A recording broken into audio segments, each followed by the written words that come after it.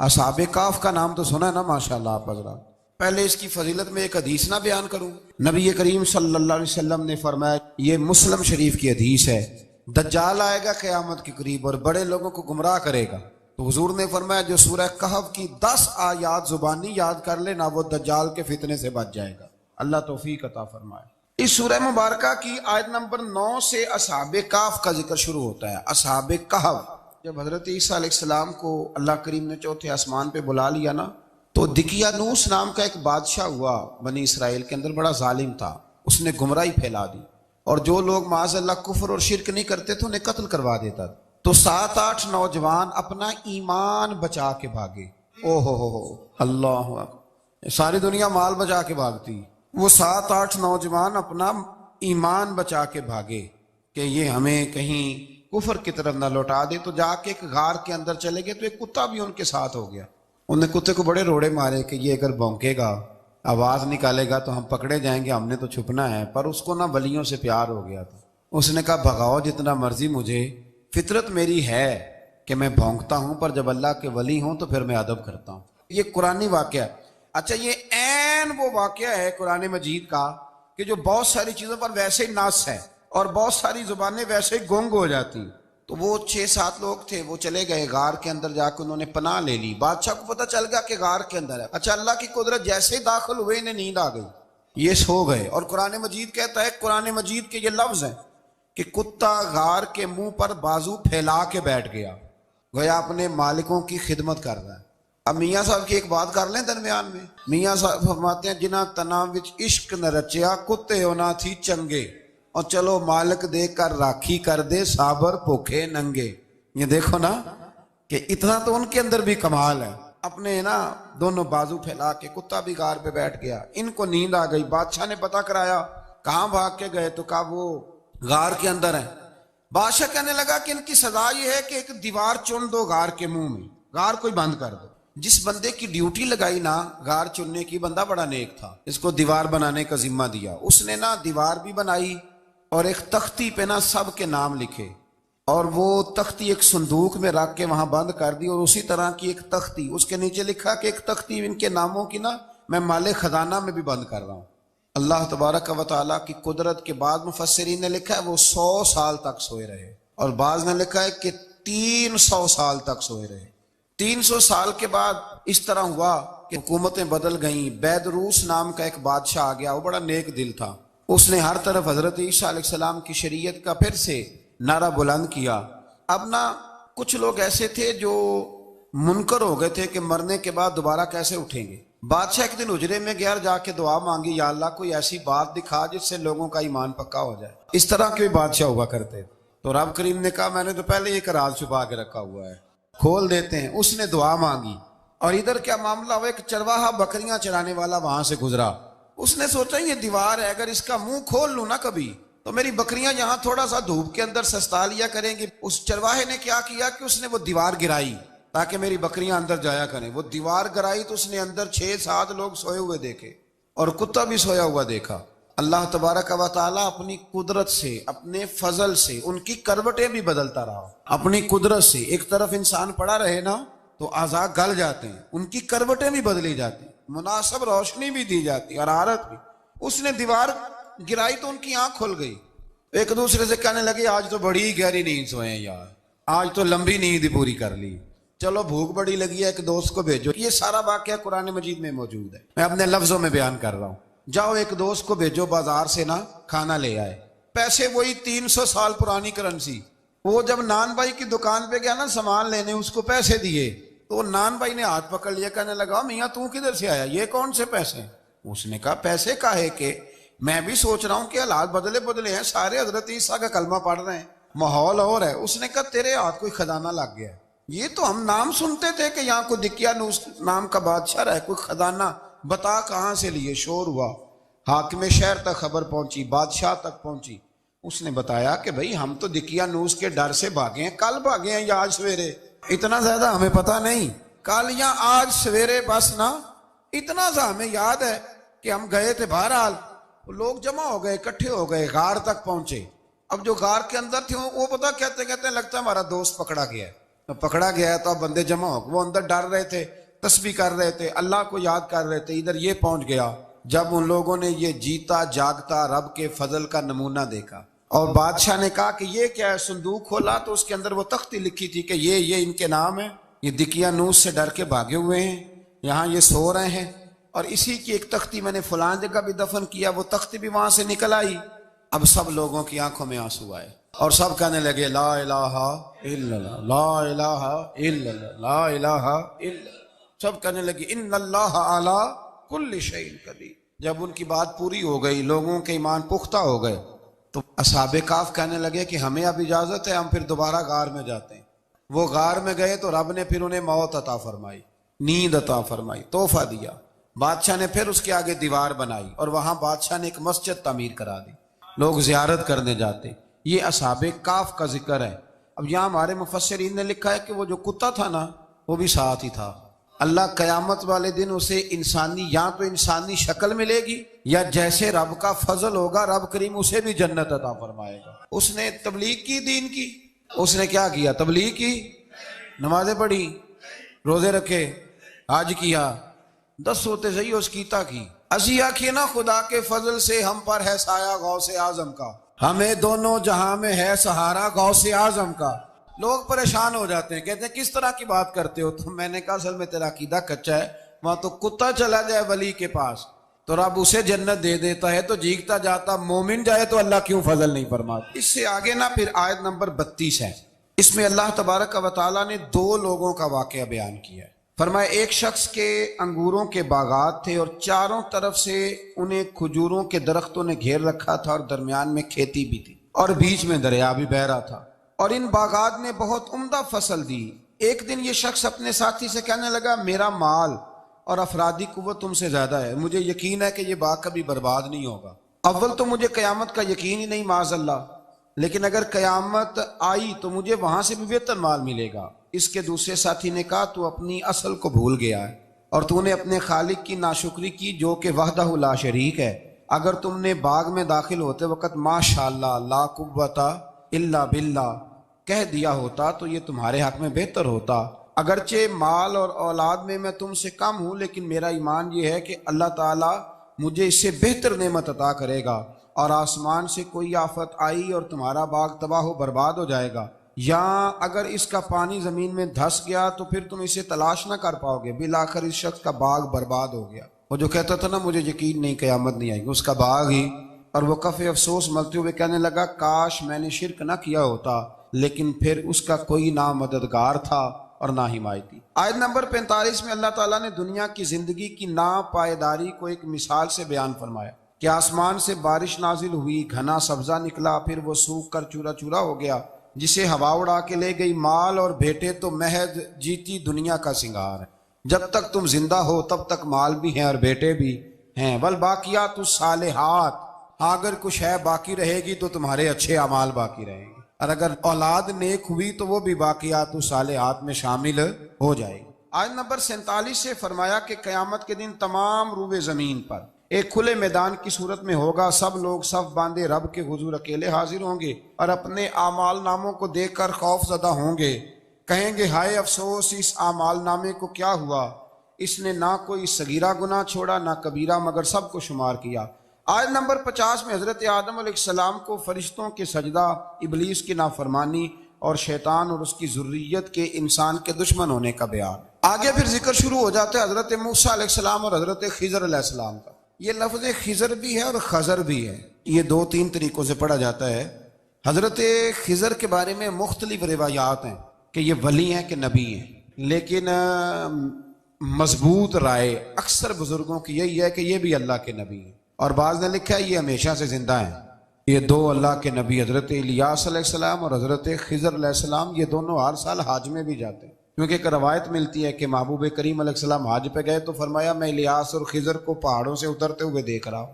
تو جن کو اللہ نے کھلی آنکھیں دی ہوتی ہیں پھر انہیں زیارت بھی ہوتی ہے، انہیں یہ نظر بھی آتے ہیں۔ حضرت خضر علیہ السلام کو اللہ نے علم لدنی عطا فرمایا۔ یہ علم لدنی اللہ جس کو اپنے پاس سے عطا کر دے اس کو علم لدنی کہتے ہیں۔ حضرت موسیٰ علیہ السلام ایک دن تقریر کرتے ہوئے کسی نے پوچھا کہ آپ سب سے بڑے عالم ہیں، فرمایا الحمدللہ، تو اللہ کریم نے فرمایا نہیں ہے موسیٰ کلیم آپ سے بڑے بڑے بھی ہیں، ہمارے ہاں مسئلہ ہے پا نہ پڑی۔ اور لوگ مناظرہ کرنے آتے ہیں، کئی دفعہ لوگ نا مسئلہ بتاتے ہیں تو میں کہتا ہوں جناب آپ نے بتا دیا کہ اب آپ نے حکم کرنا ہے۔ کبھی کبھی کچھ لوگ ایسی باتیں کرتے ہیں وہ جی آپ ایک بندے کا نام لیتے ہیں ذکر کرتے ہیں، تو میں نے کہا چلو ہم نے بھی کہیں کچھ پڑھا ہی ہوگا نا تبھی تو ذکر کرتے ہیں، لیکن جو آتے ہیں نا لوگ وہ مشورہ تمہارے دور میں ہے ہی نہیں، جس نے جو لائن پڑھ لیا ہے وہ اس پہ پکا ہو گیا، سارا نہیں نہ پڑھا، سارا پڑھے پھر بات سمجھ میں آتی ہے۔ حضرت موسیٰ کلیم اللہ کے نبی ہیں اور کیا بات ہے ان کی، اور یہ بھی اللہ کا فضل ہوا حضرت موسیٰ نے یہ بات کی تبھی تو ہمیں اتنی شاندار حکمتوں کے پھول ملے، یہ بھی حضرت موسیٰ کا ہی کمال ہے۔ تو حضرت موسیٰ نے کہا کہ اے اللہ وہ جو مجھ سے بڑا ہے عالم ہے وہ کہاں ملے گا جس سے میں حکمت کی بات سیکھوں؟ تو فرمایا جہاں مجمع البحرین ہے نا، دو دریا ملتے ہیں وہاں وہ ملے گا۔ حضرت موسیٰ کلیم سے اللہ نے فرمایا کہ جاؤ جہاں دو دریا ملیں گے نا وہاں تمہیں وہ شخص ملے گا۔ تو یا اللہ میں کس طرح؟ فرمایا زادرہ ساتھ لے جاؤ، کھانے پینے کا سامان۔ حضرت موسیٰ کلیم لے گئے، مچھلی بھی لے گئے۔ فرمایا یہ مچھلی جہاں تمہارے برتن سے نکل کے دریا میں داخل ہو وہاں دریا میں شگاف پڑ جائے گا، وہاں وہ تمہیں شخص ملے گا۔ حضرت موسیٰ نے اپنے خادم حضرت یوشع بن نون علیہ السلام کو بھی ساتھ لیا، یہ بعد میں حضرت موسیٰ علیہ السلام کے جانشین ہوئے۔ یہ دونوں سفر پہ نکل گئے، ایک جگہ پہ پہنچے جہاں پہاڑ تھا، ساتھ دریا بھی تھا، اس کے نیچے آرام کرنے لگے۔ حضرت موسیٰ کلیم سو گئے تو یوشع بن نون علیہ السلام موجود تھے، مچھلی جھٹ سے نکلی دریا میں داخل ہو گئی، وہاں راستہ بھی بن گیا۔ اب اٹھے حضرت موسیٰ کلیم، جب اٹھے تو فرمایا چلو چلیں، تھوڑا آگے جا کے فرمایا بھوک لگ رہی ہے کھانا تو نکالو۔ انہیں یاد آیا، کہنے لگے حضور مچھلی تو دریا میں چلی گئی تھی۔ فرمایا تو نے بتایا نہیں، وہی تو ہماری منزل تھی جہاں مچھلی دریا میں گئی۔ پھر وہاں سے واپس آئے قدموں کے نشانوں پہ، وہاں پہنچے جہاں مچھلی گئی تھی، تو وہاں ایک شخص لیٹا ہوا تھا چادر لے کے۔ آپ نے سلام لی تو انہوں نے کہا وعلیکم السلام یا موسیٰ کلیم اللہ۔ تو آپ نے فرمایا آپ کون ہیں؟ فرمایا میں وہی ہوں جس کو آپ تلاش کر رہے ہیں۔ تو فرمایا آپ نے مجھے کیسے پہچانا؟ فرمایا جس رب نے تمہیں بھیجا ہے نا اس نے ہی مجھے بتایا ہے کہ موسیٰ آ رہے ہیں۔ اب حضرت خضر نے جو کچھ فرمایا وہ بڑا شاندار ہے۔ فرمایا موسیٰ کچھ باتیں ایسی ہیں جن کا آپ کو علم ہے اور مجھے نہیں، اور کچھ ایسی ہیں جن کا مجھے علم ہے اور آپ۔ اللہ اکبر، یہ کبھی ہماری سمجھ میں بات آ جائے، یہ کبھی سمجھ میں آ جائے، کچھ باتیں ایسی ہیں جس کا مجھے علم ہے، اور یہ بڑے بڑے سیانے بندے نہیں مانتے، بڑے بڑے میں عالم ہوں جی، تو آپ عالم ہیں میاں ایک شعبے کے، لیکن بہت سارے دنیا میں شعبے ہیں نا، دین کے عالم کا درجہ سب سے بڑا ہے، لیکن قانونی مشاورت کرنی ہے تو آپ وکیل سے کریں گے، گاڑی کے بارے میں پوچھنا ہے تو کسی مکینک سے پوچھیں، لیکن آپ بن کے نہ بیٹھ جائیں۔ فرمایا جس کا آپ کو علم ہے مجھے نہیں، اور جس کا مجھے علم ہے ان میں سے آپ کو نہیں۔ تو کہا میں پھر آپ کے ساتھ رہنا چاہتا ہوں اور میں وہ سیکھنا چاہتا ہوں جو آپ بتا رہے ہیں۔ تو حضرت خضر فرمانے لگے صبر کر لیں گے میرے ساتھ، یہ سب سے مشکل کام ہے، یعنی ہر بات کی تو یہاں لوگوں کو وضاحت چاہیے، کھانسے بھی تو آپ کو بتانا پڑے گا کھانسے کیوں، ہنسے بھی تو آپ کو بتانا پڑے گا ہنسے کیوں۔ بھئی بزرگ ہیں، بزرگوں کی باتوں میں حکمتیں ہوتی ہیں، لیکن ہم حکمت کی طرف جانے کو تیار نہیں ہوتے، ہمیں تو فوری طور پہ جواب چاہیے، حل چاہیے۔ حضرت موسیٰ علیہ السلام جناب خضر کے ساتھ چلے، فرمایا صبر کروں گا، میں چلتا ہوں آپ کے ساتھ۔ دریا کے قریب گئے کشتی میں بیٹھنے کے لیے، تو کشتی والوں نے حضرت خضر کو پہچان لیا، بغیر کرائے کے سوار کرایا، اور جب پار اترنے لگے تو حضرت خضر نے کشتی کا ایک تختہ ہی توڑ دیا۔ حضرت موسیٰ کہنے لگے یہ آپ نے کیا کیا؟ انہوں نے نیکی کی، آپ نے تختہ توڑ دیا۔ فرمایا آپ کو کہا تھا نا آپ نے صبر نہیں کرنا۔ فرمایا چلو میں صبر کروں گا۔ تھوڑا آگے گئے تو ایک نوجوان لڑکا، ابھی چھوٹی عمر ہے، وہ ملا، حضرت سیدنا خضر علیہ السلام نے اسے قتل ہی کر دیا۔ فرمانے لگے آپ نے قتل ہی کر دیا؟ ایک قرآن مجید ہے بھائی، میں کبھی کبھی سوچتا ہوں یہ ہم کسی درویش کی بات سناتے تو بندے ہٹ جاتے، فتوے نکلتے کہ نہ نکلتے؟ میرا خیال ہے ہر مسجد سے نکلتے، اور فتوے ایک جتنے مسجد میں نمازی ہوتے سب کے ہاتھوں میں فتوے ہوتے۔ قتل کر دیا، قتل ہی ہو گیا بندہ۔ تو حضرت سیدنا موسیٰ علیہ السلام فرمانے لگے آپ نے قتل ہی کر دیا۔ فرمایا میں نے کہا تھا نا آپ نے صبر نہیں کرنا۔ آپ فرمانے لگے چلو اگر اب میں بولا نا تو بے شک آپ مجھے علیحدہ کر دیجئے گا۔ حضرت موسیٰ کلیم اب بولا تو علیحدہ کر دیں۔ ایک بستی میں داخل ہوئے، بستی کے لوگوں سے پانی مانگا تو انہوں نے پانی بھی نہ دیا، آرام کرنے کو جگہ بھی نہ دی، پر وہاں ایک دیوار گر رہی تھی، حضرت خضر علیہ السلام نے سیدھی کرنی شروع کر دی، ساری دیوار بنائی۔ تو حضرت موسیٰ کہنے لگے کن لوگوں کی خدمت کر رہے ہو جنہوں نے پانی بھی نہیں دیا، انہوں نے پانی تک نہیں پوچھا۔ فرمانے لگے بس بھئی آپ نے وعدہ کیا تھا کہ اب بولیں گے تو بے شک علیحدہ کر دینا، آپ بولیں، اب آپ کا اور میرا ساتھ زیادہ نہیں چل سکتا، آپ بولیں۔ جو بول پڑے نا، غلامی کرے تو رستے لمبے چلتے ہیں، اور جو بولے نا جس کو وضاحتیں چاہیے ہو وہ غلام نہیں ہوتا، اس کے ساتھ پھر باتیں لمبی ہاں تو آنکھ بند کر کے چل، ہاں آزم جاتے لائیے ہی نہ تجھے لائیے تھے، پھر آنکھ بند کر کے پیچھے چل کے بات ختم ہو گئی۔ حضرت خضر علیہ السلام نے جب کہا نا کہ اب آپ کا وعدہ ختم ہو گیا، فرمایا اب میں آپ کو جانے سے پہلے حکمت بتاتا ہوں، یہ وہ علم ہے جو اللہ نے مجھے اپنے پاس سے عطا فرمایا ہے، یہ وہ ہے جو علم لدنی ہے۔ کہا جناب کیا مطلب؟ فرمایا وہ جو میں نے تختہ توڑا تھا نا، تو یہ مسکین بچے ہیں جن کی کشتی تھی، تو دریا کے اس پار بادشاہ کھڑا تھا، وہ جو صحیح صحیح کشتیاں ہوتی تھی قبضے کر لیتا تھا، اور جو تھوڑی سی ٹوٹی پھوٹی ہوتی تھی نا وہ چھوڑ دیا کرتا تھا۔ تو میں نے تھوڑی سی کشتی ان کی اس لیے توڑ دی ہے تاکہ دیکھے گا تو چھوڑ دے گا، اس لیے میں نے بھلا کیا ہے۔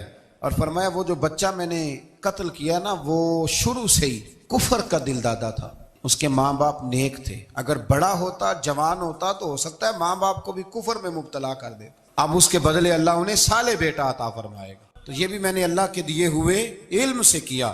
اور فرمایا یہ جو دیوار میں نے نبی ہو کے یا ولی ہو کے مزدوری کر کے دیوار بنائی ہے نا، اللہ اکبر، فرمایا یہ دیوار عام لوگوں کی نہیں، یہ یتیم بچوں کا خزانہ ہے دیوار کے نیچے، یہ گر جاتی تو خزانہ ظاہر ہو جاتا، اور بچائی اس لیے ہے کہ وَكَانَ أَبُوهُمَا صَالِحًا، ان بچوں کا باپ نیک آدمی تھا، ان کا باپ، قاضی ثناء اللہ صاحب پانی پتی فرماتے ہیں ڈائریکٹ باپ نہیں تھا، 7ویں نسل میں جا کے باپ بنتا تھا۔ سن لیں یہ بھی بات، ایک بندہ نیک ہو تو اس کی 7 نسلوں تک رب خزانوں کی بھی حفاظت فرماتا ہے۔ اب آپ اندازہ فرمائیں کہ بات کتنی دور تک جاتی ہے۔ بزرگوں کی باتوں میں نا حکمتیں ہوتی ہیں، دانائیاں ہوتی ہیں۔ یہ طریقت کے جو لوگ ہوتے ہیں انہیں سبق یہ دیا جاتا ہے کہ آمنا و صدقنا، ماننا ہے اور تصدیق کرنی۔ ہمارا معاملہ یہ ہے کہ یہاں وضاحت دینی پڑتی، وہ جی وہاں کیا ہوا تھا، وہ جو گاڑی آپ کے پاس ہے تو وہ کہاں سے آئی، تو وہ جو کل آپ نیا جوڑا پہن کے آئے تھے تو وہ کدھر سے آیا۔ تو جو لوگ وضاحتیں مانگتے ہیں وہ اپنے نہیں ہوتے، ان کا غلامی کا رشتہ نہیں ہوتا۔ حبیب اور ہوتا ہے، شریک اور ہوتا ہے۔ شریک وضاحتیں مانگتے ہیں، حبیب محبت کرتے ہیں۔ ہمارا آج سب سے بڑا المیہ یہ ہے، سب سے بڑا، کہ ہم کسی حکمت کے تحت کوئی بندہ اگر کوئی کام کر رہا ہے تو مجبوری ہے کہ ہمیں وہ حکمت بتائی جائے، ایسا نہ کریں۔ یہ طریقہ حضرت غوث اعظم رضی اللہ تعالیٰ عنہ، حضور غوث پاک رضی اللہ تعالیٰ عنہ کو ایک شخص ملنے آ گیا، ملا علی قاری نے لکھا ہے، آپ کے ایک مرید نے کہا چل میرے پیر سے ملنے، کہنے لگا میں نہیں جاتا ملنے کسی پیر شیر سے، کہا نہیں آؤ تو صحیح۔ وہ آیا نا تو اس نے دیکھا کہ 50 گھوڑے عربی نسل کے کھڑے ہیں غوث پاک کے دروازے، موٹے تازے چوڑے عربی نسل کے گھوڑے۔ اس کے ذہن میں خیال آیا، کہنے لگا یار سواری کے لیے اگر رکھے ہیں تو ایک بھی کافی تھا، 50 کی کیا ضرورت تھی؟ اللہ اکبر۔ اب واقعی 50 کھڑے تھے، مرید کے پاس جواب ہی کوئی نہیں تھا، کہنے لگا یار پتہ مجھے بھی کوئی نہیں، لیکن حضرت صاحب نے رکھے ہیں تو حکمت ضرور کوئی ہوگی۔ اللہ اکبر۔ وہ چلے گئے واپس، وہ روز تنقید کرتا، کیسا تیرا پیر ہے 50 گھوڑے رکھے ہوئے، کیسے تیرا پیر ہے 50 گھوڑے رکھے ہوئے۔ کچھ دن گزرے تو ملا علی قاری کہتے ہیں وہ اعتراض کرنے والے کے پیٹ میں کوئی تکلیف ہوئی، بغداد کے سب سے بڑے طبیب کے پاس گیا، اس نے کہا تیرا تو جگر تباہ ہو گیا ہے، عربی نسل کا ایک گھوڑا چاہیے، اس کو ذبح کریں گے، اس کا جگر نکالیں گے، اس کی دوائی بنا کے تجھے کھلائیں گے، اور 50 گھوڑے ہوں گے تو بچے گا۔ اب پریشان ہو گیا، کہنے لگا گھوڑے ہیں تو صحیح، پر جو میں حال کر رہا ہوں گا گھوڑے تو نہیں ملیں گے، میرا تو جوتوں والا کام ہے، وہ شاید مل جائیں۔ لیکن جب انسان مرنے لگتا ہے تو پھر اس کو ڈوبتے کو تنکے کا سہارا۔ اپنے دوست کے پاس گیا، کہنے لگا چل تیرے پیر کے پاس چلیں۔ اس نے کہا تجھے نہیں لے کے جانا، تو تنقید کرتا ہے، کہتا ہے ایک دفعہ چاہیے کیا، کہا گھوڑے، کہنے لگا تیرے لیے رکھے ہیں کوئی، جا دوڑ جا، میرے حضرت صاحب کی ضرورت کیا ہے۔ لیکن جب غوث اعظم کی خانقاہ میں داخل ہوئے نا تو حضور غوث اعظم اٹھ کے ملے، اللہ والے دلوں میں باتیں نہیں رکھتے، ماتھا چوما اور فرمانے لگے میاں تو ایک دن نا میری گلی سے گزر رہا تھا تو میری تیرے اوپر نظر پڑی، تو مجھے نظر آیا تو بیمار ہوگا اور تیرا علاج عربی نسل کے 50 گھوڑوں کی وجہ سے ہوگا، تو میں نے تیرے لیے لا کے کھڑے کیے ہوئے ہیں، تیرے لیے ہی کھڑے کیے ہیں، اب تو نا گھر بھی لے جانے کی ضرورت نہیں، چارہ بھی میرے مرید ہی ڈال دیا کریں گے۔ تو اس طرح کرنا، روز آنا ایک گھوڑا لے جانا، پھر اگلے دن آنا تو دوسرا۔ وہ خدا کے بندے تیرے لیے رکھے تھے، تو تنقید کر رہا ہے۔ اللہ کے بندے پردہ پوش ہوتے ہیں، ہاں شرط یہ ہے کہ وہ بندہ صالح ہو، دیندار ہو، وہ والا پیر نہ ہو جو نماز بھی نہ پڑھے اور گھوڑے 15 رکھے ہوئے ہوں اس نے، وہ والا معاملہ نہ ہو۔ تو میرے عزیز یہ یاد رکھیں کہ اللہ تبارک و تعالیٰ کا بندہ جب آپ کا روحانی علاج کرتا ہے نا، روحانی علاج سے مطلب جادو ٹونے کا علاج نہیں، روحانی علاج وہ ہوتا ہے کہ میرے گناہوں کا علاج ہو جائے، حسد بغض کینہ عداوت یہ نکل جائے، تو وہ کچھ ایسے نسخے بتاتا ہے جو سمجھ میں مرید کی نہیں آتے لیکن وہ ضروری ہوتے ہیں۔ انہی نسخوں کو استعمال کرنے سے انسان کا فائدہ ہوتا ہے۔ جی کرنے والے لوگ ہمیشہ کامیاب رہتے ہیں، وہ ماں باپ کے آگے کریں، استاد کے آگے کریں، شیخ کے آگے کریں۔ اور جن کو وضاحتوں کی ضرورت ہوتی ہے، ہاں ایک شرعی بات ضرور ہے، وہ ضرور سن لیں۔ اگر آپ کو کہیں کچھ شرعی قباحت نظر آئے جو قرآن و سنت سے ٹکراتی ہو تو وہ آپ پر فرض ہے آپ اپنے مرشد سے پوچھیں۔ کتنی بڑی بات کر رہا ہوں، یعنی جو چیز قرآن و سنت سے ٹکرا رہی ہو اس کی وضاحت طلب کرنا ضروری ہوتا ہے، اور جو دین سے نہ ٹکرائے اس پر آپ وضاحتیں پوچھتے ہیں تو پھر اس کا مطلب ہے کہ آپ علاج کرانے میں سنجیدہ نہیں ہیں۔ اللہ تعالیٰ قرآن مجید کو سمجھنے کی توفیق